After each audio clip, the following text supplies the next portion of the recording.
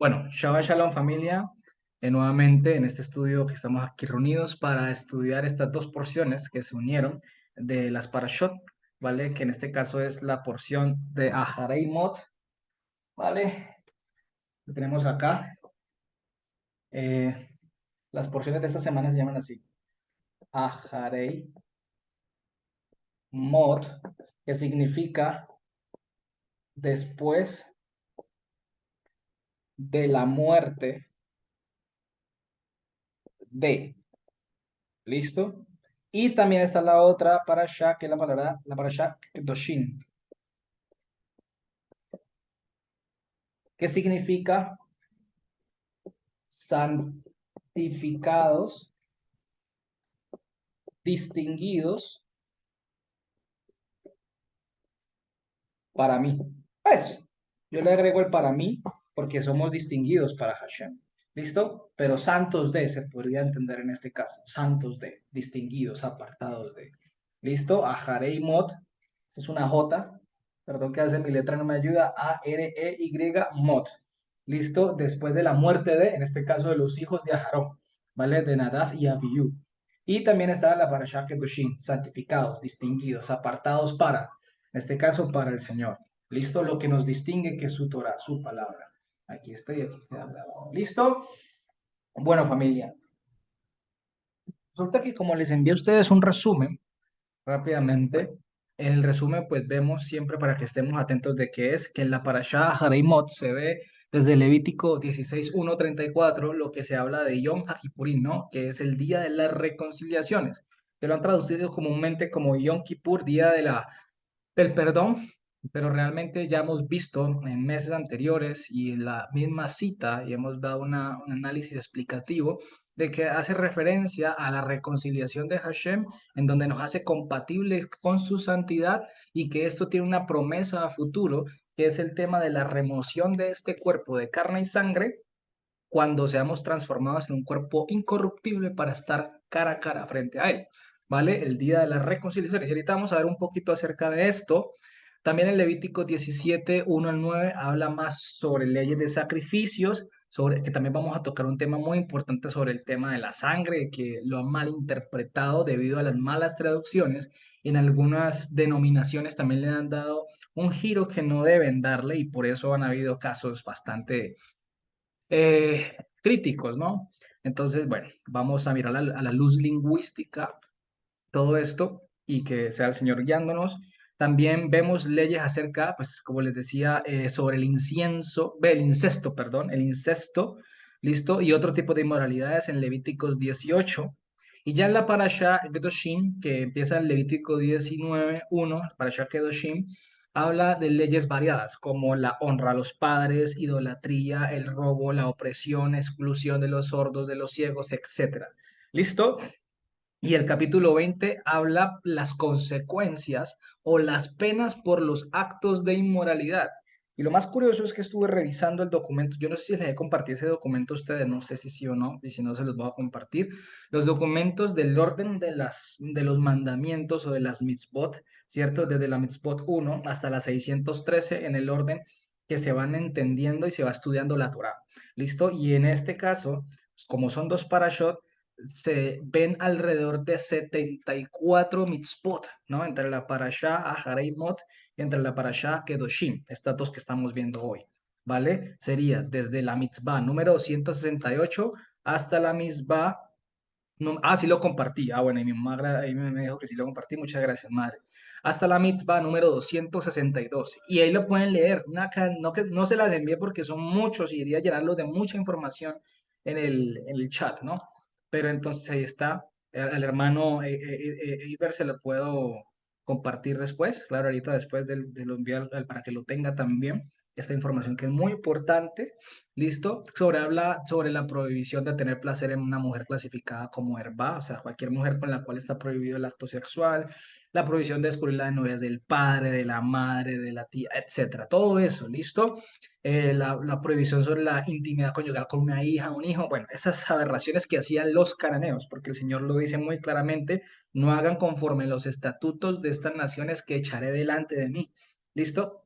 refiriéndose a los cananeos, que era la tierra donde el Señor los iba a entrar después, y las que habían cercanas, ¿a dónde? En el desierto. ¿Listo? Una cantidad que hay, las de Kedoshim, que hacen la mitzvah sobre la reverencia y la honra hacia los padres, no extraviarse tras la adoración de ídolos en cuanto a pensamiento y en palabra, no hacer un ídolo, ni este tipo de cosas, ¿listo? Entonces hay que tener mucho cuidado con esto. Vale, familia, pero no vamos a profundizar en esto hoy. Lo que vamos a hacer hoy es prácticamente eh, poder avanzar y entrar de una vez en materia en el capítulo 16. Listo, aquí voy a leer. Levítico, capítulo 16, versículo 1. Como les dije, espero se hayan visto para que se hayan colocado al día la parashá de la semana pasada de Profetic, que va desde el capítulo 14 hasta el capítulo 15, ¿vale? Habla sobre la Metzorá, ¿listo? Que lo traducen como lepra, que significa aquel que tiene tzaraat, y es una palabra que no se podría traducir porque simplemente era una enfermedad espiritual que Dios mandaba a una persona por el pecado y que solo tenía una cura espiritual. El mismo sacerdote, sumo sacerdote, estaba capacitado para tratar con esa enfermedad, ¿no? Entonces no era lepra como tal, no era lepra. Entonces estaba capacitado para mirar y tenía que hacer unos sacrificios. Es muy bonito, es muy increíble todo lo que se ve allí. Espero se lo hayan visto, ¿vale? Entonces vamos a comenzar. Levítico, capítulo 16, versículo 1. ¿Listo? ¿Y qué dice? Dice, comunicó Hashem a Moisés después, ahí está la palabra, mira. Vaidaber Hashem el Moshe acharei mot, shnei bnei Aharon, el korbatán libnei Hashem villamutu. Entonces dice, y comunicó Hashem a Moisés después de la muerte de los dos hijos de Aarón en su cercanía, o cuando se acercaron ellos, ¿cierto? Delante de Hashem y murieron. ¿Listo? Se fue después de eso. Entonces, como bien vimos, la muerte de Nadab y Abiú, los dos hijos de Aarón, fue un evento que marcó la historia en la Biblia para mí, que muestra el celo de Hashem con su santidad, ¿vale? Y cómo nosotros, como servidores de Él, no podemos usar su santo nombre y sus mandamientos, que son celestiales, para profanarlos. Como siempre he dicho, la Torá, los mandamientos de Dios son los pensamientos de Dios para nosotros, ¿vale? Y ahorita vamos a ver algo muy bonito sobre la Torá, ¿listo? Y no podemos deshonrar los mandamientos de Dios y dejarles de dar la importancia que se les debe, sino que a veces queremos imponer sobre ellos lo que mejor nos parezca, ¿no? Hasta el punto de decidir, hey, ¿cuál mandamiento guardo y cuál mandamiento no guardo, ¿no? Hasta ese punto de insensatez llegamos como seres humanos, ¿no? De ser ignorantes y atrevidos en ciertas cosas. No, este sí lo guardo, este no lo guardo. Y hoy en día se ve muchísimo eso.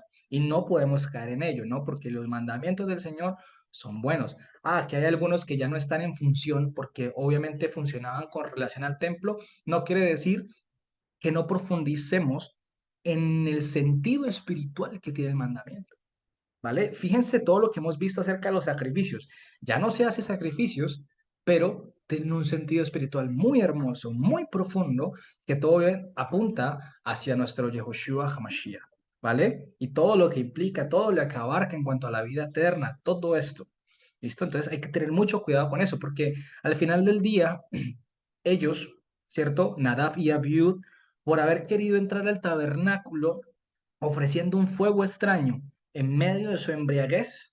Ya vimos que la embriaguez podría ser a nivel físico del licor o podría haber sido a nivel doctrinal de sus propios pensamientos. Seguramente quisieron impactar o impresionar a Dios, impresionarlo y al pueblo, pero terminaron muriendo.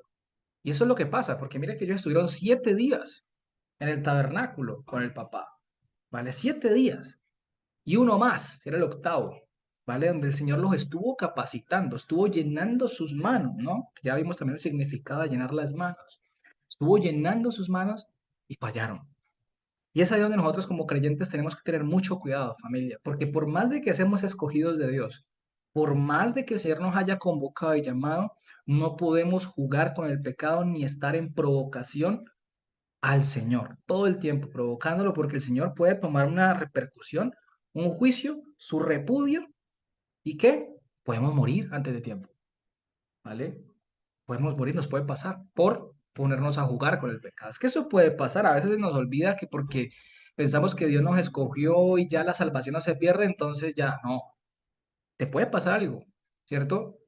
Puedes morir, listo, puede que la salvación no la pierdas, pero la consecuencia viene y tendrás que responder por ese acto en el día del juicio, ¿vale? Porque dice que cada uno tendrá que comparecer ante el tribunal para rendir cuentas de lo que haya hecho aquí en vida, bueno o malo. Eso lo dice 2 Corintios 5:10. Se me ha grabado tanto que es muy tremendo, ¿no? Entonces, por eso, fíjese que eso tuvo que haber sido un golpe muy duro para Aarón, literalmente. Tuvo que haber sido un golpe muy difícil que sus 2 hijos haberlos perdido en el acto allí por un mal proceder. ¿Mm? Por eso el Señor le dice en el versículo 2, vamos a leer el versículo 2, que le dice en Levítico 16:2. Dice así, se lo voy a leer. Dijo Hashem a Moisés, comunica a Aarón, tu hermano, de que no entre en cualquier, esa palabra Behol et se podría traducir como en cualquier o en ningún tiempo, ¿vale? Al Kodesh, que al Kodesh hace referencia al santuario, que está detrás de qué? Del Parojet. ¿Se acuerdan del velo, lo que hablamos del velo, del Parojet, que era esa cortina divisoria que se corrió cuando Mashiach murió? Bueno, ahí está hablando, ¿no?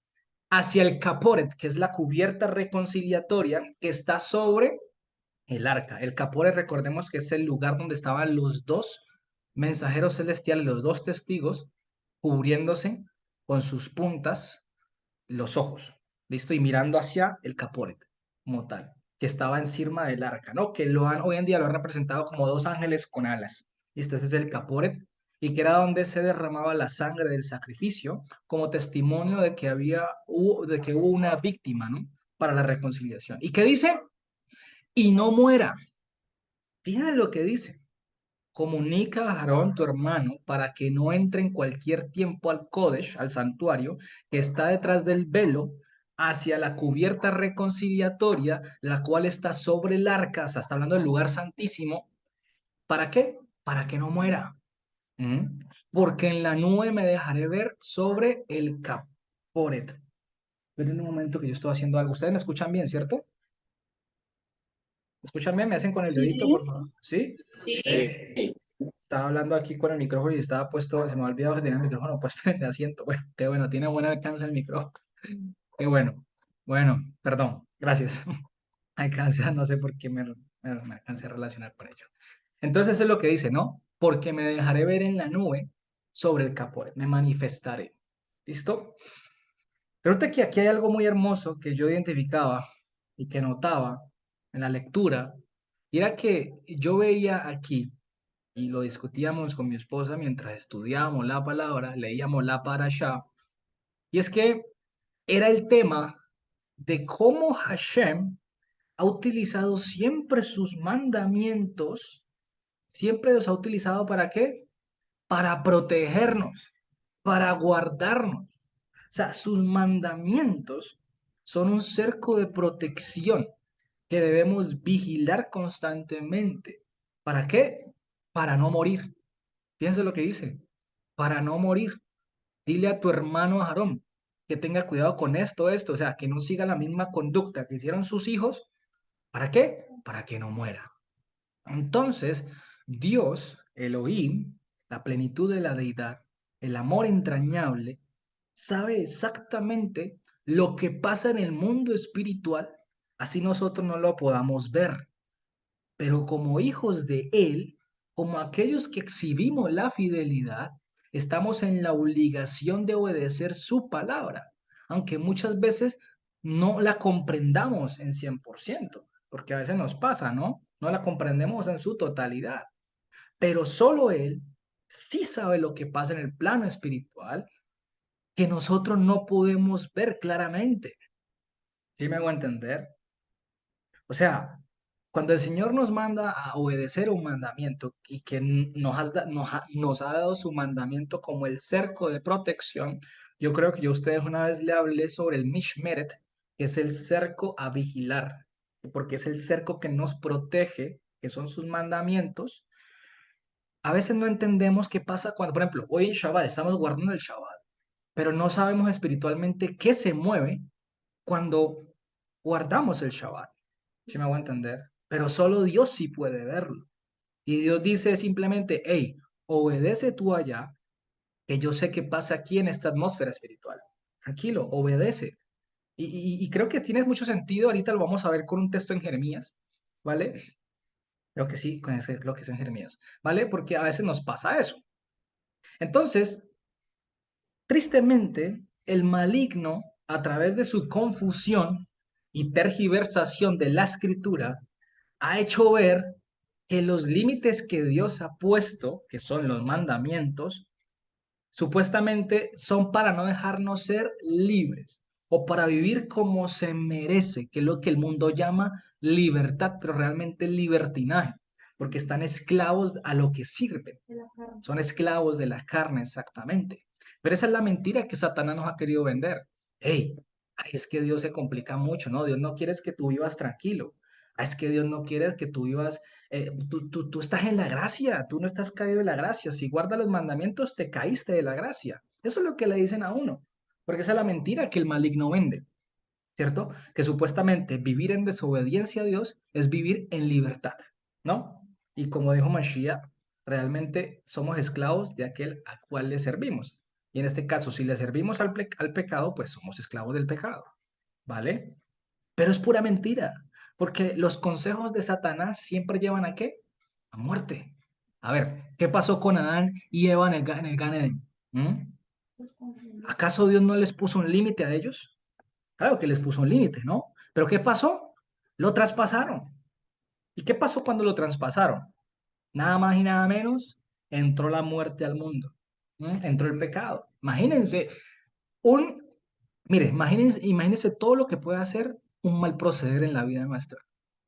Si a veces tomamos una mala decisión, si no nos guiamos por el consejo de la Torá a la hora de tomar decisiones importantes en nuestra vida, se nos pueden volver un gran problema. Se nos puede formar un grandísimo problema. ¿Mm? Porque la respuesta está en la misma escritura. Vas a tomar una decisión, cualquier cosa, pídele al Señor que te guíe y que te muestre en la escritura a través del Evangelio de la Torá cómo proceder ante esa decisión que vas a tomar. Te aseguro que lo va a hacer. Te aseguro que lo va a hacer porque ahí está nuestro manual, nuestra instrucción, ¿vale? Para no dar pasos desacertados. Eso es importante. Hay consecuencias que son pequeñas y se pueden resolver. Listo. Pero hay consecuencias que son como la de Adán y Eva, que mira hasta dónde nos tienen. Si me hago entender, un mal procedimiento, una desobediencia. ¿Vale? Ay, yo no creo que eso pase nada. Eso es una frase muy común. Yo la usaba, tristemente. ¿Vale? Pero bendito el Señor que nos ha abierto nuestros ojos. Pero uno dice, ay, yo no creo que eso pase tanto. Ay, yo no creo que pase nada, ¿cierto? Lo que pasó, todo eso. Entonces, son cosas que no hay que subestimar, familia. Eso es lo que quiero decirles. Si Dios lo dice, hay que obedecer, así no lo entendamos. Así que, familia, yo los invito a que no veamos los mandamientos de Dios como una carga, sino más bien como ese cerco de protección que Él mismo nos da para que vivamos dentro de la santidad y en obediencia a Él. ¿Sí me va a entender? ¿Qué dijo el apóstol Pablo? Que los mandamientos de Dios que no son cargosos, no son gravosos. ¿Mm? El problema es la concupiscencia de la carne, las debilidades humanas, que ella sí a la carne sí le da pereza obedecer los mandamientos de Dios. Porque la carne no la puede sujetar, se lo dice la escritura, pero lo dice hacia los gentiles. Lo dice en Romanos 8, ¿no? Lo leímos la otra vez, que la carne no puede sujetarse a Dios así quiera. ¿Por qué? Porque no tiene el Ruach de Hashem. No lo tiene. Entonces, la carne limita a la obediencia, porque los mandamientos son el aguijón de la carne. Todo el tiempo está punzando la carne. ¡Ugh! Duele, ¿cierto? Cuando tú, un ejemplo, te gustaba la bebida muchísimo. Y ahora el Señor dice, los borrachos no entran al reino de los cielos, no te embriagues. Uy, ya no puedo pasar varios días embriagado, sino que ya solo paso de tomar 5 botellas a una cerveza nomás, o una copa de vino. Uy, eso para la carne es duro cuando estaba habituado a hacerlo mal. Abstenerte, una persona fornicaria, uy, ya tiene que ser esposo de una sola mujer o esposa de un solo hombre, uy, ya le toca abstenerse. Pero para eso el Señor nos dejó su gran herramienta, que es la oración. Y que esa oración a través del Rúa, dice que la oración del justificado es que oída. ¿Qué dice el Señor? Ore y vele, porque la carne es débil, pero el Rúa está dispuesto en todo el tiempo. ¿Sí me van a entender? Entonces, cuando nos sentimos así un poco como que, uy, qué pereza cumplir este mandamiento, uy, que no, uy, qué tan difícil, porque a veces se nos vuelve, ¿no? Excusa, uy, que eso está difícil, uy, es que lo esto, uy, que lo otro, ojo, échele ojo porque es su carne hablando. Y ojo que Satanás está como león rugiente porque él lo que hace es potenciarle ese sentir a usted de la concupiscencia. Ah, ¿te dio pereza? ¡Pum! Te pone otro distractor para que te dé más pereza. ¿Sí me van a entender? Te pone cosas y así y así. Y cuando menos piense, te está volviendo un desobediente de los mandamientos. Entonces hay que ponerle mucho, mucho cuidado a eso, familia. De verdad se los digo de todo corazón. Y con el conocimiento y la experiencia que Dios me ha permitido, que de verdad tengamos cuidado con ello. No cuestionemos, o sea, la solución no es dejar, ay, no, no entendí ese mandamiento, entonces lo voy a dejar de hacer. No, esa no es la solución. Con él es haciendo y aprendiendo, exactamente. ¿Sí me va a entender? La solución es dejarlo de hacer, porque el Señor te va a pedir cuentas por ello. La solución correcta de un creyente es profundizar, preguntar, aprender, estudiar y haciendo, porque en la práctica es que se vuelve el maestro, dice el dicho, ¿no? Entonces ahí está. Hay que tener mucho cuidado con eso, familia. Los mandamientos de Dios no son cargosos, son protección para los creyentes, literalmente. Y bueno, familia, cabe recordar también que en este capítulo 16 de Levítico se está hablando de la cita que se conoce como ¿qué? Yom HaKippurim. ¿Se acuerdan de Yom HaKippurim? Bueno, ahí está. Como Yom HaKippurim y que se le conoce, como lo he traducido también, Día de la Remoción o Día de la Reconciliación, ¿vale? Como lo expliqué ahorita. Que se celebra en el séptimo mes, que está dentro de las citas del calendario de Hashem, que en este caso sería Tishri, ¿no? El mes de Tishri o el mes de Etanim, como tal, que es el nombre bíblico. El nombre Etanim es el nombre bíblico, ¿no? Es el nombre que está en la Biblia. Tishri es el nombre que salió después de que el pueblo salió de Babilonia, ¿no? Entonces está lo que es Etanim, que es el nombre bíblico del séptimo mes, y después de Babilonia sería Tishri, ¿vale? Entonces sería este el séptimo mes, ¿vale? El séptimo mes, para que lo tengamos en cuenta. Entonces, dice que a los 10 días del mes, ¿vale? En donde se tenía por costumbre que, o se tiene por costumbre que, humillar, despojar nuestra nefesh, ¿vale? Nuestra nefesh. Y ya hemos visto que es humillar, despojar la nefesh, ¿no? Eso se ha entendido milenariamente como ayunar. Y esto, pues obviamente, el Señor lo estableció como un Hukat Olam. ¿Se acuerda cuando vemos los Hukat, los Hukim?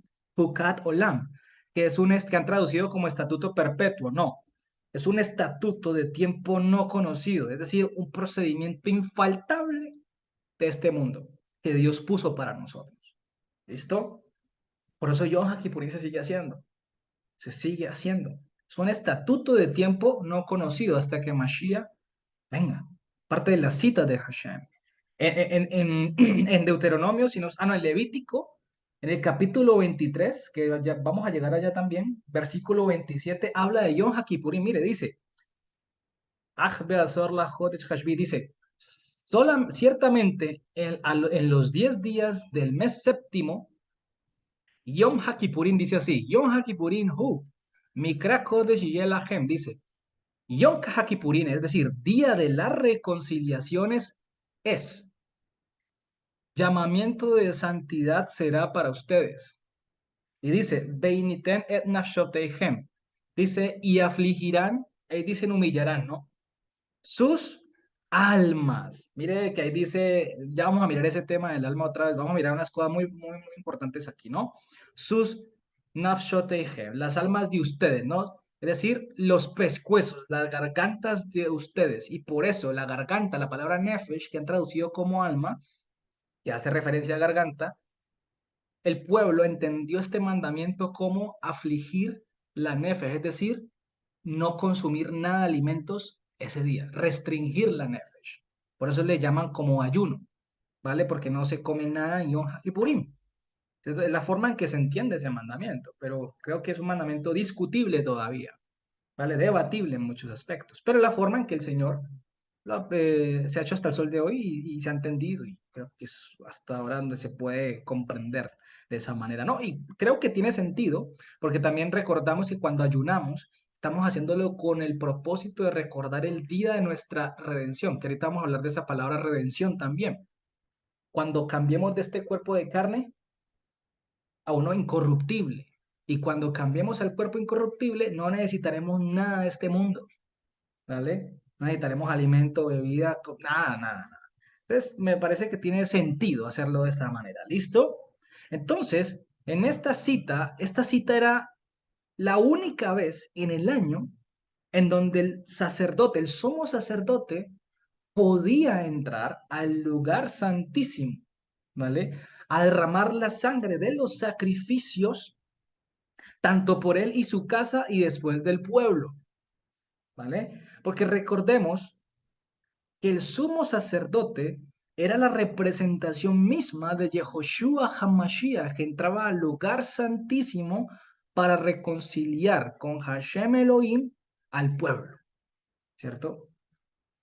Y entonces ustedes leyeron acerca algo de Azazel, ¿no? Sobre los dos chivitos que escogían y uno lo mandaban al puerto. Bueno, algo que les voy a explicar de una vez. Resulta que la palabra Azazel, que aquí lo traducen, déjame yo miro aquí, eso está, creo que, ajá, Azazel, les explico algo, lo han relacionado con Satanás, ¿no?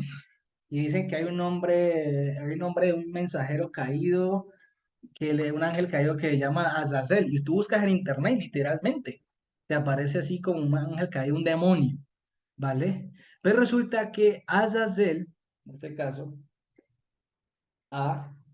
Azazel, Azazel, ¿listo? Azazel es prácticamente, es, la palabra es que significa chivo, ¿cierto? Significa chivo. Y Zazel, lo que es Azazel, significa el que se va. Entonces, Azazel significa el chivo que se va. ¿Sí me van a entender? El chivo que se va. Lo que pasa es que en las regiones cananeas usaban el chivo para ritos porque también consideraban animales como los egipcios consideraban el cocodrilo sagrado, el carnero sagrado, ¿cierto? Animales, el oso lo consideraban sagrado. Y este animalito, al parecer, los cananeos lo usaban para sacrificios a Moloch. Entonces, cuando no es que era un demonio, porque cuando el apóstol Pablo habla de que los gentiles sacrifican a los demonios, no hace referencia a los demonios, sino a las deidades, ¿cierto? Que obviamente detrás de las deidades está Satanás, ¿sí? De los demonios. Pero esto prácticamente lo relacionan después con el satanismo y el chivito, las prácticas, y por eso ya hoy en día el satanismo utiliza el chivito como un elemento, un instrumento satánico, pero el animalito no tiene nada que ver. ¿Sí me va a entender? El animalito no tiene nada que ver. Sí, porque de hecho Azazel es una representación profética de Yehoshua HaMashiach como aquel que llevaba el pecado del pueblo. Tal cual. Entonces no podemos decir que Azazel es un demonio, ¿no? Que eso así en el mundo se regó y hasta el sol de hoy ustedes buscan a Azazel. No, es una figura demoníaca para los griegos y también el Señor menciona ahí, hay una parte donde habla el Señor de los demonios, ¿cierto? Creo que es el capítulo 17. Ahí está la palabra Zearim, que hace referencia al chivito, ¿cierto? Que era velludo y que lo representaban con mitad hombre y mitad cuerpo de patas de cabra. Y de ahí donde sale la figura de que supuestamente Satanás tiene cola, pata de cabra y mitad cuerpo de hombre. Pero no es así. Si me van a entender, todas esas culturas se han ido regando a través de Grecia, todo eso, las regiones cananeas, y obviamente es una deidad, ¿no? Pero una deidad pagana, bien sabemos, una deidad eh, de regiones que obviamente son gentiles. ¿Listo? Entonces, Azazel significa el chivo que se va. ¿Listo? No es nada más.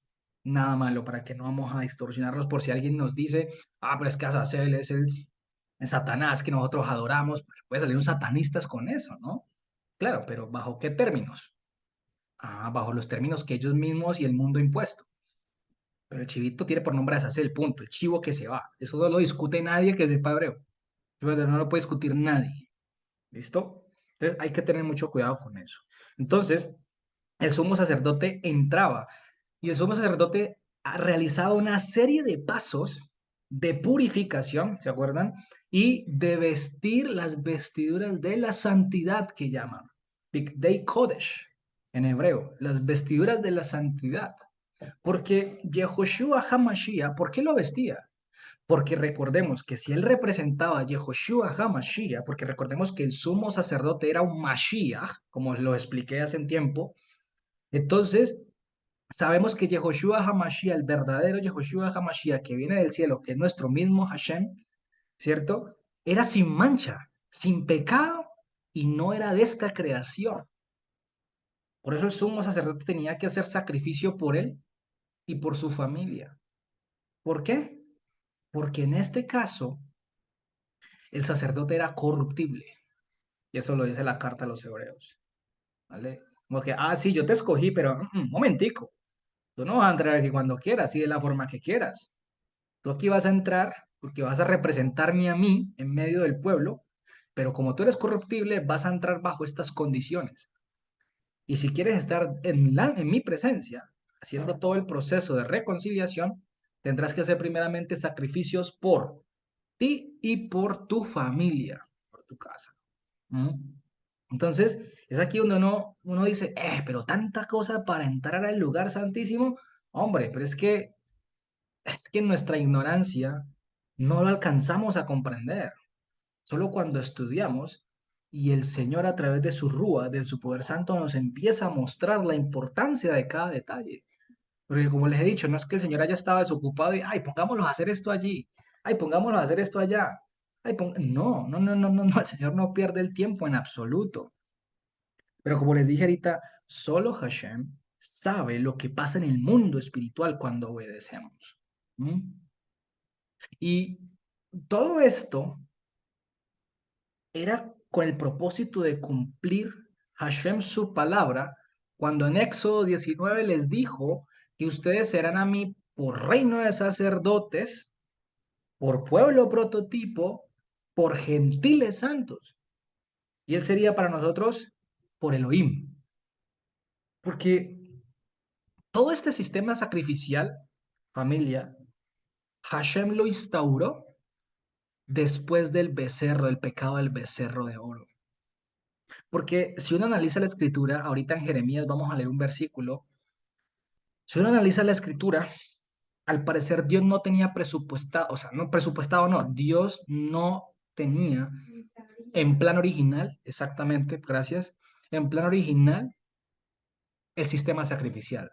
Steven, ¿de dónde sacas eso? Vamos a Jeremías, capítulo 7, versículo 21. Jeremías, profeta Jeremías, capítulo 7, versículo 21. ¿Listo? Dice así. Así dice Hashem Tzbaot, Dios Elohim de Israel. Dice, eh, holocaustos, ya sabemos, ¿no? Que son el animal, el sacrificio que se quemaba. Holocaustos añadí sobre sus sacrificios para que comieran la carne, porque yo no les comuniqué a sus padres y no les capacité el día que salieron ellos de la tierra de Egipto sobre lo que les he comunicado yo de los holocaustos y de los sacrificios. Es decir, yo no les mandé acerca de esto, o sea, no les capacité sobre esto cuando salieron de Egipto. Punto, ya está. Dice así, versículo 23, sino que les comuniqué, dice, el asunto este, yo los capacité a ellos, diciendo,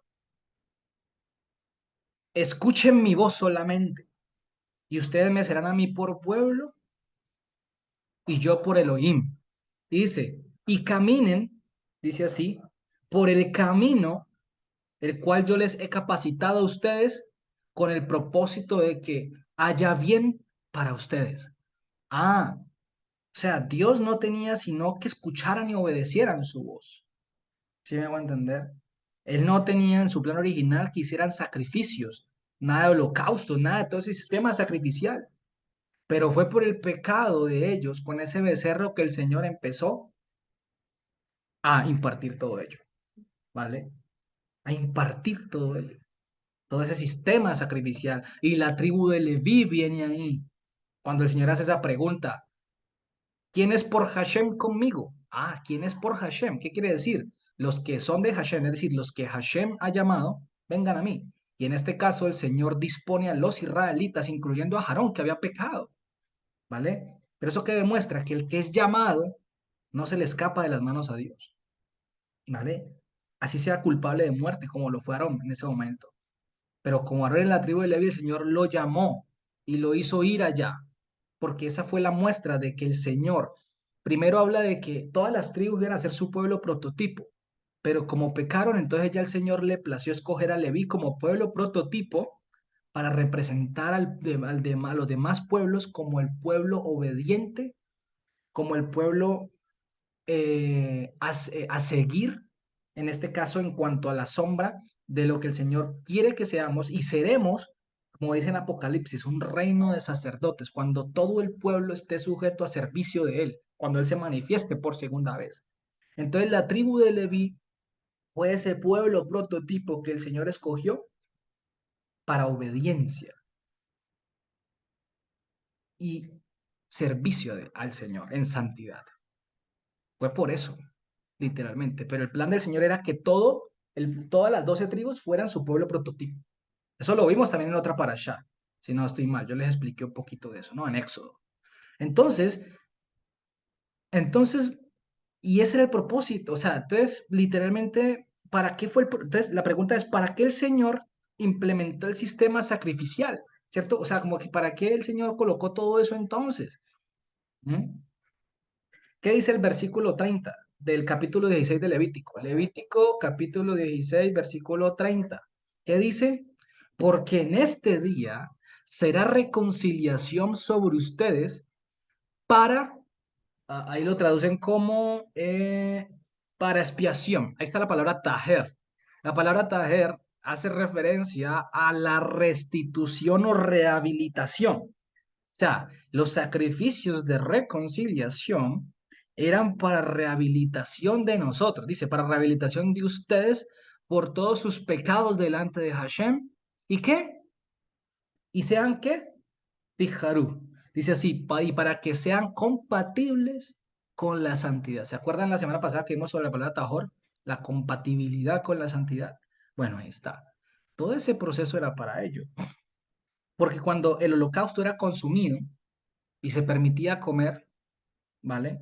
En este caso, el Señor está diciendo, hey, tú estás siendo reconciliado, pero también te falta el sacrificio por el pecado, que ese es el que viene ese es el que sirve para perdón. Entonces, de nada sirve comer el holocausto de la reconciliación si no hay perdón. Tienen que necesitar los dos, reconciliación para poder ser perdonados. ¿Mm? Literalmente. Entonces, por eso tenían que hacer dos sacrificios, Olá y el Hatá, ¿vale? Allí se mencionan en toda esta lectura. ¿Listo? Entonces, ¿para qué eran? Para hacernos compatibles con la santidad, imagínense, el Señor todo lo que hace.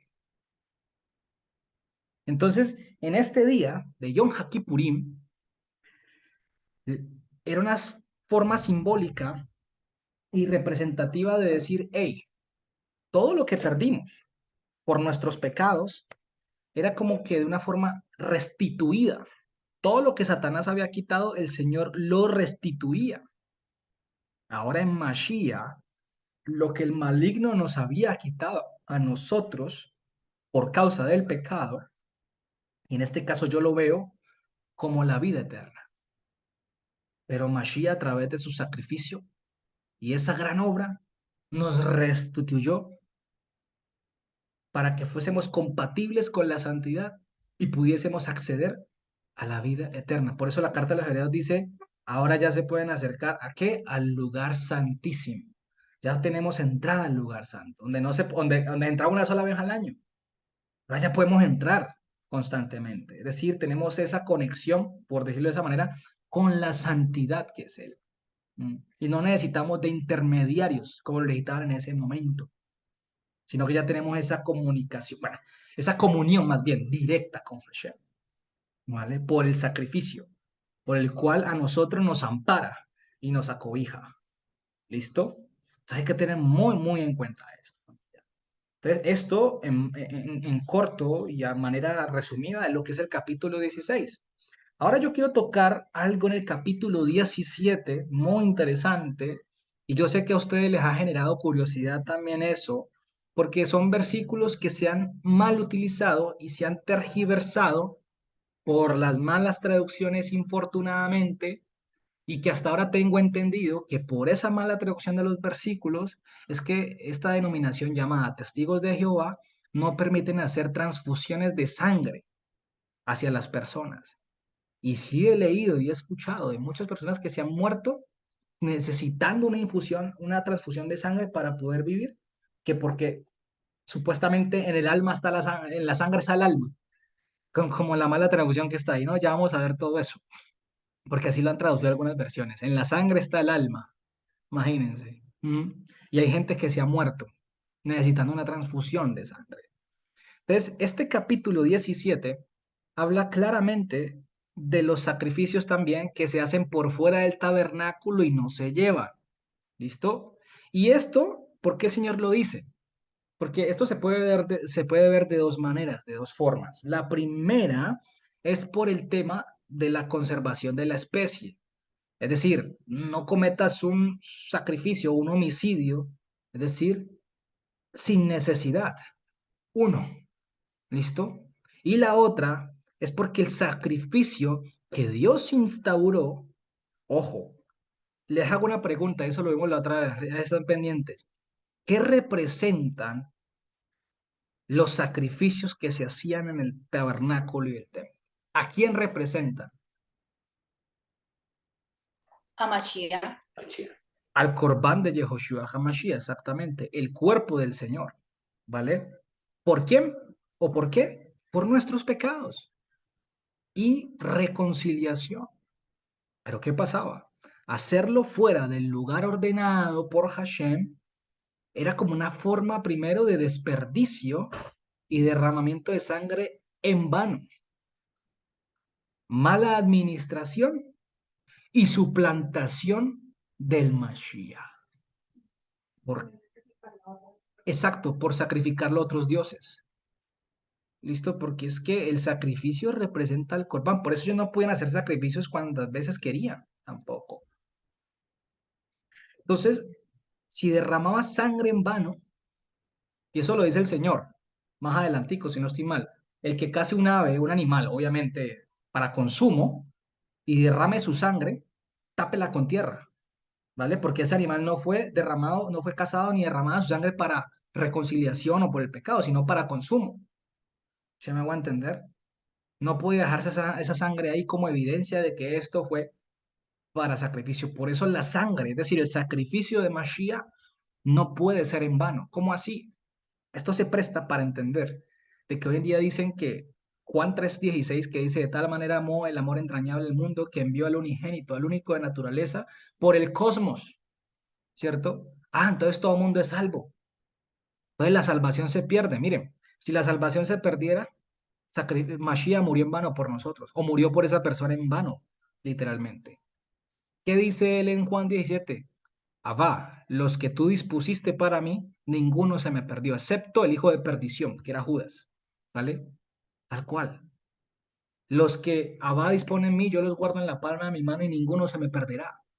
Tal cual. Dios no va a dar su sacrificio a una persona para que siga pecando y se pierda. Sería ilógico. ¿Para qué Dios nos ampara con su sacrificio? Para darnos su Ruach HaKodesh, en primer lugar. Y el Ruach HaKodesh es el que nos lleva a obediencia. Entonces no tiene sentido ese tema de que Dios te llama para que te pierdas. O más bien, Dios te escoge para que te pierdas. No tiene sentido. No tiene ningún sentido. Entonces Sí, el que es escogido busca no pecar, es verdad. El que es escogido siempre busca la santidad, siempre la procura y procura la obediencia. Así de simple. Tenemos momentos difíciles, podemos recaer, hay momentos en que tenemos situaciones. Yo lo analizaba, de hecho, con mi esposa, que uno hace un flashback, bueno, un recordatorio de lo que era la vida de uno atrás, e incluso siendo como creyente, y es que a veces como creyentes nos mezclamos y nos desubicamos un poco, pero Dios en su infinita piedad, como hizo con Aarón, nos vuelve y nos trae, porque, hey, tú no te me vas a perder, ¿vale? Toca pagar por esos pecados, claro que sí, y tendremos que rendir cuentas a Dios. Pero Él en su infinito amor y piedad nos rescata. Hey, ven, tú no eres de allá, ven para acá. Yo te llamé a ti, te escogí para mí, no para el mundo. Punto. Ya está. Eso es lo que hace el Señor. Como hay personas que se van y mueren en sus pecados y es decir que nunca fue llamada. ¿Sí me van a entender? Nunca fue escogida por Dios. Así de simple. Entonces hay que tenerlo muy en cuenta. Dios no va a dar su sacrificio a una persona para que siga en el pecado y se salve así o se pierda. No tiene ni más mínimo sentido. ¿Mm? ¿Qué dice? Sean santos porque yo soy santo. Así de simple. Y en ese mismo capítulo 17 quiero que bajemos al versículo 10 y ya vamos a ir terminando con esto y versículo 11. ¿Listo? Porque quiero tocar estos temas y estos versículos que han mal traducido, ¿no? ¿Qué dice la Reina Valera? Dice, si cualquier varón de la casa de Israel o de los extranjeros que moran entre ellos comiera alguna sangre, yo pondré mi rostro contra las personas que comiere sangre y la cortare de entre su pueblo. Porque la vida de la sangre en la carne está. Hay otras que dicen porque el alma está en la sangre. Hay otra que dice, hay otras versiones que dicen así, ¿no? Yo las he leído, no que me recuerdo cuáles son. Dice, porque la vida de la carne está en la sangre, y yo se las he dado para hacer expiación ahí, sobre el altar por sus almas. Fíjense, ahí está la palabra nefesh, por sus almas. ¿Sí me hago entender? Y la misma sangre hará expiación de la persona. Es el versículo, ¿qué? Versículo 11, ¿no? Qué curioso. Dice por sus almas. Y donde está la palabra persona es la misma palabra nefesh. ¿Por qué no traducen alma otra vez? Es la pregunta. ¿Mm? ¿Por qué no traducen alma? Si nefesh supuestamente significa alma, ¿no? ¿Por qué no la traducen? Son las mismas palabras. Está en plural, hablando hacia ellos. Nafshoteihem, kihadanhu ben nefesh yehaper. Dice así. Dice, al nafshoteihem. Dice, y la he puesto la nefesh, bueno, el derramamiento de la sangre de la nefesh, sobre el altar para reconciliar sus pescuezos, sus gargantas. Dice ahí almas, ¿no? Porque la sangre porque la sangre es, ¿cierto? En la nefesh, en la persona que es reconciliada. Ahí traducen como persona, ¿cierto? Mire, esas son las incongruencias de los traductores, que la verdad no entiendo por qué. Porque no son consistentes en la traducción. Pero bueno, ¿qué pasa aquí? Vamos a mirar cómo diría desde el hebreo. Desde el versículo 10 dice, te lo voy a compartir de una, yo lo tengo aquí traducido, se lo voy a compartir, una traducción pues pegada al texto y se las va a mandar al chat. ¿Listo? Ahí está. ¿Qué dice? Y cualquier varón de la casa de Israel, de los extranjeros que habiten en medio de ustedes, los cuales coman sangre, yo pondré mi rostro contra la nefesh de aquel que come la sangre y la cortaré de en medio de su pueblo. ¿Listo? Versículo 11. Porque una nefesh, ya le puedo explicar qué es una nefesh, ¿listo? Una nefesh de la carne va con sangre. Esa sería la traducción correcta, sí. Una nefesh de la carne va con sangre. Y yo se la he puesto para ustedes sobre el altar para que sus nafshim, o sea, su nefesh, sean reconciliadas, porque en aquella sangre la nefesh será reconciliada. ¿Listo? Entonces vamos a ver en primer lugar. Primero, ¿a quiénes les está hablando? ¿Mm? Eh, Al grupo. Sí, ya lo puedes compartir, pero espérate, yo le quito algo para... bueno, le iba a quitar algo. porque hice una anotación, pero que no es necesaria, pero ya se lo vuelvo a mandar aquí de una vez. Es que hice una anotación que no es necesaria allí. Pero bueno, ahí se les mandé para que compartan, ¿listo? Entonces, ¿qué pasa? ¿A quién les está hablando? A la casa de Israel, efectivamente, pero especialmente a los prosélitos, ¿listo? Al ger, porque ahí está la palabra hebrea ger, que traducen como extranjero. Pero el ger es aquel prosélito, es decir, aquellos extranjeros que estaban ingresando a la fidelidad del pueblo, que es Hashem, ¿vale? Y estos gentiles que estaban convirtiéndose, estaban siendo convertidos, literalmente traían costumbres que eran totalmente opuestas a las establecidas por Hashem. Y sin embargo, también había israelitas movidos por la curiosidad a querer adoptar aquellas costumbres. ¿Y qué pasaba? Se mezclaban. Lo vemos con el tema del becerro de oro. Tanto gentiles como israelitas, tal cual, se mezclaron. ¿Mm? ¿Listo? Por ahí está el contexto. Ahora, por otro lado, les hago una pregunta. ¿Qué es nefesh? ¿Qué es la palabra nefesh? Nefesh. ¿Vale? ¿Qué es la palabra nefesh en este caso? La palabra nefesh.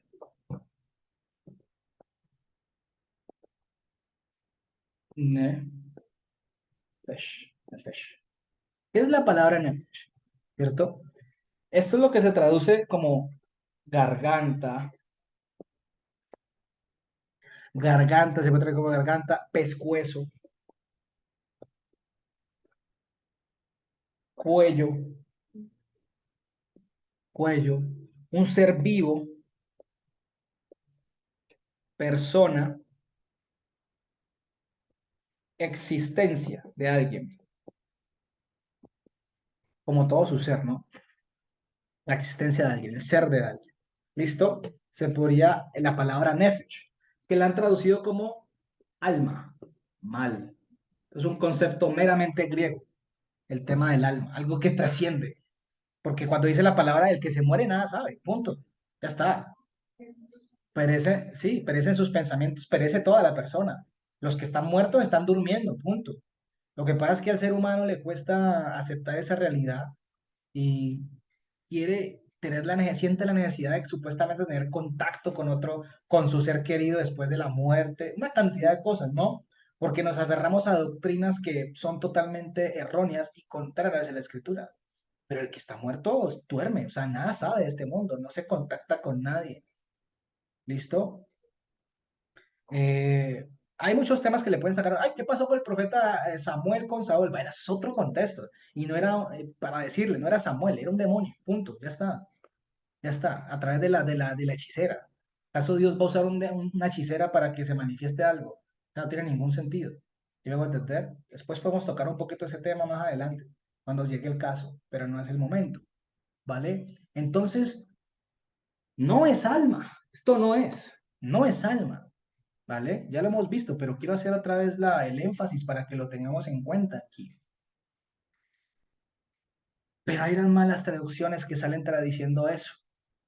¿Y qué es lo que es el problema? Que cuando la traducción dice que supuestamente el alma está en la sangre, es ahí donde los testigos de Jehová han dicho que en las transfusiones de sangre se pasa el alma de la persona a otra.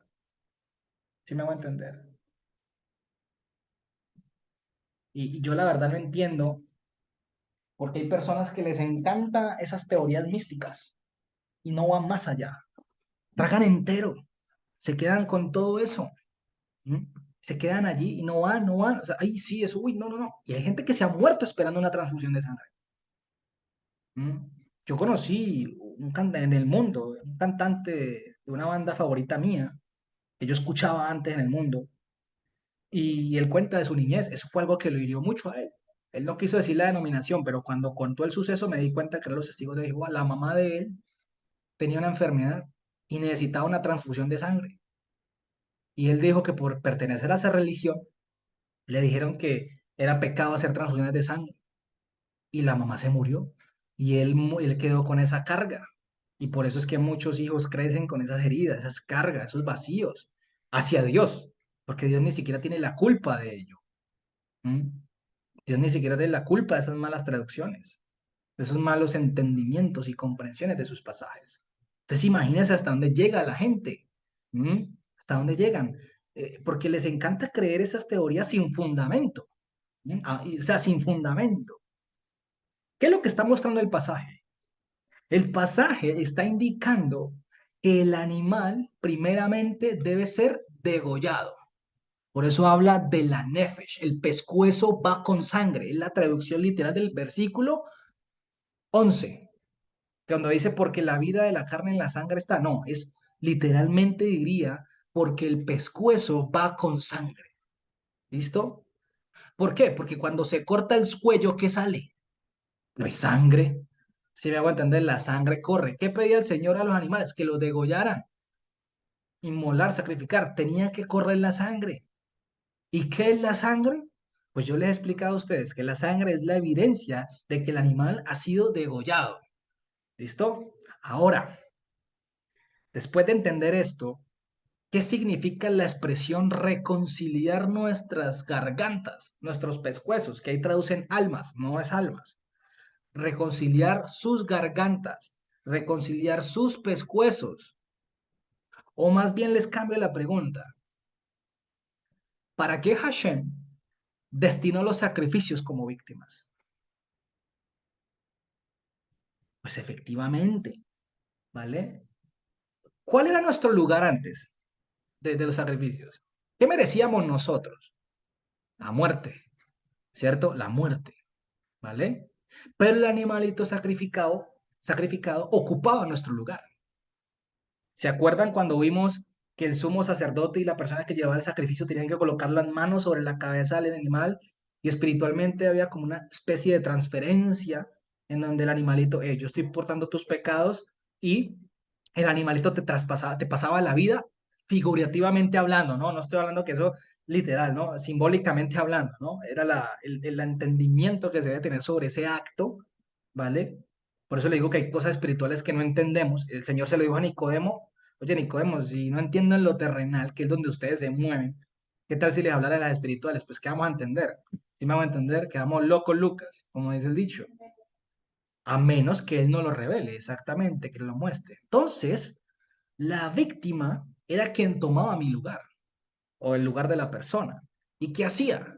Le libraba su nefesh, su pescuezo, de la muerte. De hecho, creo que hay una expresión, una frase muy coloquial que dice, uy, me salvé. ¿Cómo es que? O sea, no me acuerdo, es una expresión muy coloquial que se usa.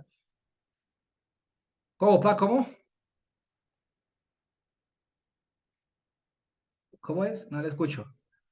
No, que casi me, me hacen así a uno. Ah, sí, casi me... Sí, Cuello, exacto. Uy, pues, me salvé. se Vea. muere, Y siempre muere, me usamos salvé esa, uy, me salvé esto. Uy, me salvé. Le van a dar muerte. me Siempre salvé habla de esa. esto, ¿no? Habla de esto, el Ey, cuello. Porque obviamente esta es la conexión que hay aquí. Y si se corta esto, se quita la cabeza, no hay aire, no pasa oxígeno, no pasa nada. Entonces, claro, se muere la vida, o sea, biológicamente hablando. ¿Vale? Entonces, el animalito, el sacrificio del animalito, libraba nuestro pescuezo de la muerte. Es decir, no caía el juicio de Hashem sobre esa persona. Y además, para que el sacrificio también fuera acepto, debía ser sacrificado el animal sin crueldad. Y, es decir, sin crueldad significa degollado. Es decir, que el Señor capacitó a los sumos sacerdotes también posiblemente para saber dónde hacían el corte del animal, para que el animal no sufriera.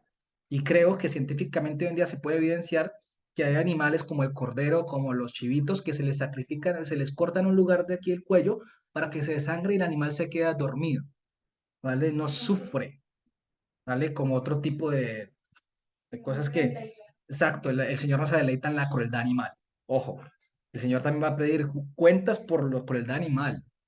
Entonces, la pregunta es, ¿sobre quién recayó nuestra muerte, nuestro juicio de muerte? Pues sobre Yehoshua HaMashiach.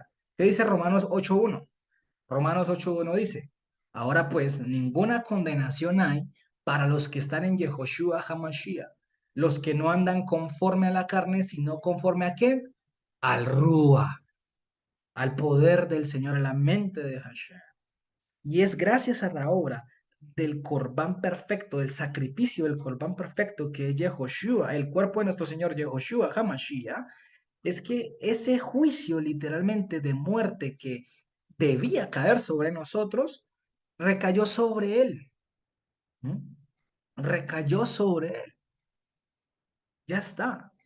Y por eso dice la carta a los Hebreos, el capítulo 10, versículo 26 al 29, dice, porque si pecaremos voluntariamente, después de haber recibido el conocimiento de la verdad, ya no queda más sacrificio por los pecados, sino una horrenda expectación de juicio y de hervor de fuego que ha de devorar a los adversarios. El que viola la Torá de Moshe por el testimonio de dos o tres testigos muere irremisiblemente. ¿Cuánto mayor repudio piensan que merece el que pisotee al Hijo de Dios, es decir, el cuerpo de Elohim, y tuviere por incompatible la sangre del testamento en la cual fue santificado e hiciera afrenta al Ruach de gracia? En ese contexto, que cada vez que leo ese versículo más se me abre el entendimiento para comprenderlo porque es bien denso y es profundo, en ese contexto de Hebreos se está hablando de que en ese momento seguían haciendo sacrificios en el templo habiendo muerto Mashiach, ¿vale? Aún, y cuando hacían sacrificios en el templo están diciendo, hey, el sacrificio de Mashiach no fue acepto. ¿Listo? No fue acepto. O los que piensan hoy en día que es necesario un tercer templo para continuar con el sistema sacrificial. Estás que pisoteando, teniendo por incompatible la sangre, es decir, el sacrificio de Mashiach. Estás diciendo que el sacrificio de Mashiach no fue suficiente para redimirnos de la muerte. En pocas palabras, estás queriendo decir que está incompleto y seguimos en la misma tónica antes de Mashiach. Por eso el Señor les decía, no derramen sangre fuera del tabernáculo, a no ser que sean para consumo, para comer. Si tú lo sacrificabas a otros dioses, estaba diciendo que ese sacrificio que representaba el cuerpo del Señor no servía para reconciliarte y para perdonar tus pecados. Así de simple. ¿Mm? Así de simple. Y eso es un grave error. Los que están a favor del tercer templo, para que se inicie un nuevo sistema sacrificial. Hoy escuché algo de un personaje que no va a nombrar, pero es muy famoso. Wow, usa 5 verdades, 4 verdades para meter una herejía, literalmente, ¿vale? Para meter una herejía. Es muy famoso, muy conocido, es un mesiánico. Y cree en Hashem, cree en Yehoshua, pero cree como humano. Y dijo que supuestamente el sacrificio de Mashiach como humano sí fue acepto ante Elohim, pero no fue suficiente en pocas palabras, ¿vale? Está hablando de que hay un Dios y hay otro humano, como Yehoshua, y que el sacrificio humano Dios sí lo acepta, y se basa en una vaina de macabeos ahí todo raro y todo extraño, ¿vale? Y el problema es que mucha gente le cree, porque es un gran ícono del mesianismo, ¿vale? Y antes profesaba otra cosa sobre Mashiach. Antes profesaba otra cosa sobre Mashiach, sobre Mashiach, sobre Mashiach. Y diciendo que Mashiach merece la preeminencia, etcétera, y citaba el Evangelio, y ahora ya está diciendo otra cosa porque está mezclado con el judaísmo. Y el judaísmo lo está torciendo. Y eso es de los que habla la Escritura, que están en medio de nosotros, pero no son de nosotros. Porque el que niega a Mashiach, el sacrificio de Mashiach, no ha sido redimido por Mashiach. Así de simple. Mire, usted y yo podemos tener discrepancias en ciertos pasajes bíblicos. Usted puede pensar que hay un padre y hay un hijo, pero usted tiene al Señor como, a Yehoshua como Señor y Salvador, ¿vale? Y usted lo tiene como Dios, de alguna manera. Pero ya negar el sacrificio de Mashiach, decir que es de este mundo, es humano, nacido de mujer, ¿vale? Ah, y ojo, y si usted guarda Torah, pero hay cositas que usted de pronto usted hace cosas que de pronto en el Shabbat, que yo no estoy de acuerdo, no quiere decir por eso que no seamos hermanos. Ya si usted no cree, usted tiene al Señor como un Salvador, pero usted no enseña la Torah ni enseña a guardarla, sino que dice que está abolida, pues usted no es mi hermano, así de simple. Porque el Señor no se va a contradecir, ¿vale? Lo dice la carta a los Hechos, que los que recién llegaban tenían que abstenerse de 3 cosas y que en ese caso, tenían a Moisés, quien lo predicaban en cada Shabbat para ir aprendiendo de la Torá. Cuando habla de Moisés, habla de la Torá. ¿Sí me va a entender? Entonces, esas personas usan literalmente una cantidad de cosas porque usan varias verdades para meter mentira. Entonces, por ejemplo, usa O sea, es curioso porque usa una doctrina, o sea, predica el Tanaj, predica el Evangelio, estudia Parashot, guarda las citas, come kasher, dice que Yehoshua es Hamashiach. Entonces cualquiera dirá, uy, ese es un profeta correcto, ¿cierto? Cualquiera dirá. Pero cuando dice que Yehoshua es un hombre y que fue el hombre mejor parido de mujer, imagínense, que es lo que dice, distinto a lo que dice Lucas 7:28. Cuando dice que Yehoshua no es Hashem y cuando dice que Yehoshua no es Elohim, ya todo cambia en la doctrina. Hay que estar atentos, estar atentos. Y es muy conocido y ha sacado hasta una traducción del Evangelio, creo que se llama Dan Ben Abraham, se llama, puedo decirlo, Dan Ben Abraham. Es muy conocido, tal cual, ¿vale? Porque hay que decirlo, ¿para qué? No hay que decir las cosas, hay que exponerlas porque no nos podemos quedar callados, ¿vale? Para que también la gente esté atenta y esté literalmente. Eso hacía el apóstol Pablo, eso hacían ellos, exponían públicamente esas cosas. ¿Mm? Porque es que fue el mismo Mashiach quien nos redimió, es decir, redimir significa reclamar lo que es tuyo.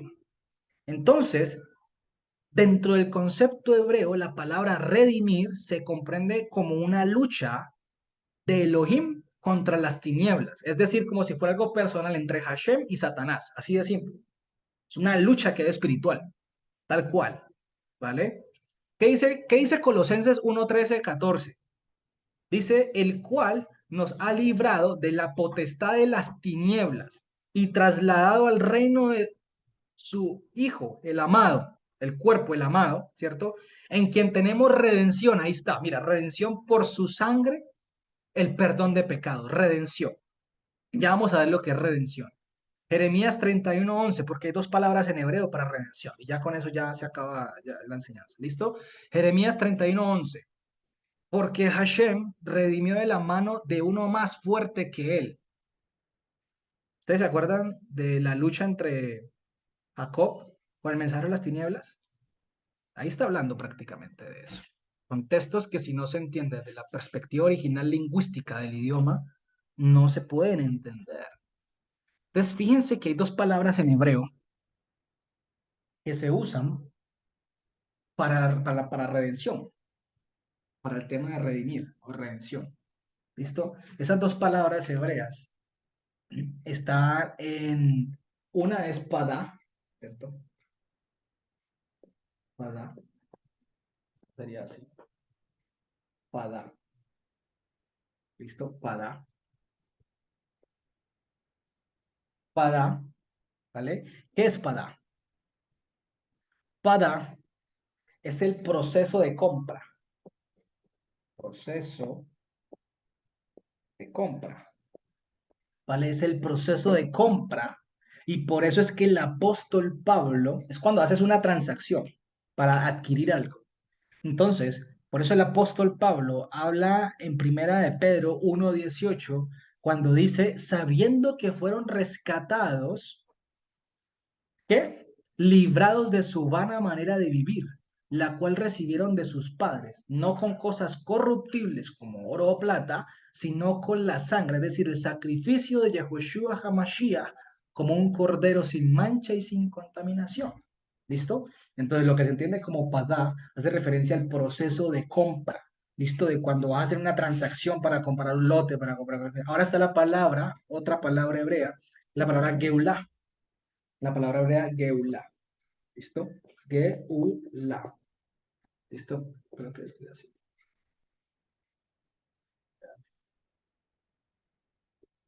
Geulá. Geulá.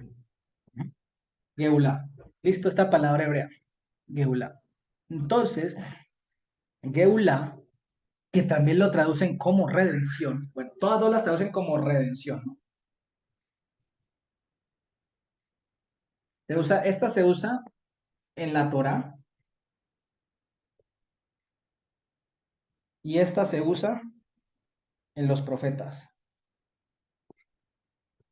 Mucho, ¿vale? Entonces la palabra geula es una palabra que es utilizada mucho por los profetas y que se utiliza para la redención final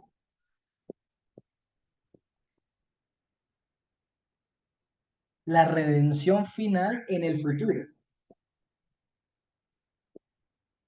¿Cómo así? Sí, esta palabra se utiliza proféticamente para cuando Mashiach se manifieste y nuestro cuerpo corruptible pase a ser incorruptible, cuando haya esa transformación, es decir, para cuando Mashiach venga a reclamar lo que él compró, porque ya es dueño de nosotros a través de la transacción y la compra que hizo, no con oro ni plata, sino con su sacrificio, ¿vale? Entonces, cuando tú compras algo, tú verás cuando lo reclamas, pero tú puedes ir a comprarlo, ¿sí me va a entender? Para reclamar lo que es tuyo cuando lo desees, por decirlo de esa manera. Aún no se ha visto porque pues Mashiach no ha vuelto por segunda vez, pero va a venir, ¿vale? Y va a venir a reclamar lo que él compró. Por eso se entiende como el tema de esa lucha que hay entre Satanás, de Hashem y Satanás a nivel espiritual que no vemos. Una lucha constante entre la luz y las tinieblas. Porque cuando el Señor como murió por, sujetó todo a través de su sacrificio, la humanidad, el universo, este cosmos, todo, y el día que Él quiere decir, le voy a dar salvación a este, arranca de las tinieblas a esa persona, como nos arrancó a nosotros, para pasarlo a la luz, porque Él tiene toda la potestad de dar salvación a quien Él desea. Punto. Yo tengo piedad de quien quiera tener piedad y tengo compasión de quien quiera tener compasión. Y nadie se le puede, exacto, y nadie se le puede oponer. Pero hay una lucha espiritual. No va a ser tan fácil. Y Satanás ya se vuelve enemigo número uno. Si no tienes enemigos en la vida, pues déjame darte una noticia. Tienes uno por excelencia, que es Satanás. Te no descansa, te mantiene vigilando para no dejarte en shalom. Pero bendito el Señor que nos ha guardado, porque es más grande el que está con nosotros que el que está en el mundo. ¿Sí me van a entender? El Señor nos guarda, pero sin embargo tenemos que obedecer, como empezamos a hablar al principio, obediencia, porque si nos apartamos del Señor en desobediencia, vienen consecuencias, ¿vale? Porque el Señor también es justo, ¿listo? Entonces, cuando el Señor venga por segunda vez, y el Señor va a venir, ¿vale? Él nos dejó una garantía, que fue a través de su Ruach HaKodesh. Voy a escribir aquí, a ver si de pronto se ve. Sí, para que quede la grabación. Y eso está en Efesios 1:13. En Jeremías estaba la palabra padá. En Jeremías 31:11, cuando dice, porque Hashem redimió de la mano. Está la palabra padá, que hace referencia al tema de comprar. ¿Listo? De comprar, para adquirir. Y en Efesios 1:13 al 14 dice, en él también ustedes, habiendo oído la palabra de verdad, el evangelio de nuestra salvación, y habiendo exhibido fidelidad en él, fueron sellados con el Ruach HaKodesh de la promesa, que es la garantía de nuestra herencia hasta la Geulá, redención de la posesión adquirida para alabanza de su gloria. Por eso la palabra dice el mismo Pablo en Romanos 8 que la creación anhela la manifestación gloriosa de los hijos de Dios, porque la naturaleza también se va a ver beneficiada de esa manifestación. Porque cuando el Señor venga a reclamar lo que es suyo, ¿vale? La tierra también va a beneficiarse del universo. Entonces nosotros somos eh, pueblo prototipo, nación adquirida por Él, lo dice la Escritura. Somos de Él, ustedes son míos y dice la Escritura que Él nos anhela celosamente. El Rúa, por eso cuidado con ir a hacer cultos extraños, ofrecer fuego extraño, una cantidad de cosas de nuestro pensamiento pensando que le estamos agradando y lo que estamos haciendo es que el Rúa, ¿se acuerdan cuando hablamos de la visitación del Rúa? Que el Rúa nos visite. ¿Mm? Y una visita del Rúa no es nada agradable por estar en desobediencia, pero si la merecemos, pues es para bien igual.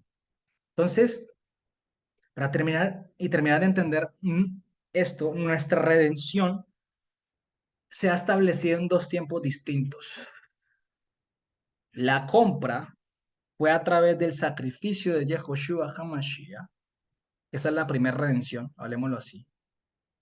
Y la segunda, que es la redención segunda, que sería la reclamación de lo que compró, la reclamación final, es cuando Mashiach regrese por segunda vez a adquirir lo que él compró con su sacrificio, con su muerte, ¿vale? Porque Satanás no le puede reclamar lo que Mashiach, porque Mashiach dio la vida por esa persona. ¿Cómo Satanás le va a reclamar? Si él es la misma vida. ¿Mm? Entonces, esa familia, esa es la importancia de ubicarnos lingüísticamente bien y también entender en su contexto las cosas. ¿Vale, familia? Entonces, eso es todo por el día de hoy. Muchísimas gracias a ustedes por su tiempo. Yo sé que falta mucho más de Levítico 18, 20, pero pues tendremos, si el Señor nos permite el otro año, seguiremos, por eso uno sigue estudiando las Parashot. ¿Para qué? Para avanzar cada año más y más y más en el conocimiento. No podemos esperar a avanzar y agarrar todo de una, ¿no? Porque no es posible. Entonces, por eso uno en esto, exacto, en estos no es benéfico y no es pedagógico. También en estos momentos lo que hacemos es recopilar ciertos puntos importantes de los cuales a veces tenemos dudas y ir aprovechando estos espacios para ir aclarando y explicando lo que hace referencia. ¿Listo? Entonces, familia, eso es todo por hoy. Muchas gracias a todos. Shabbat Shalom, Shabbat Tov. Nos vemos en la próxima. Chao, chao.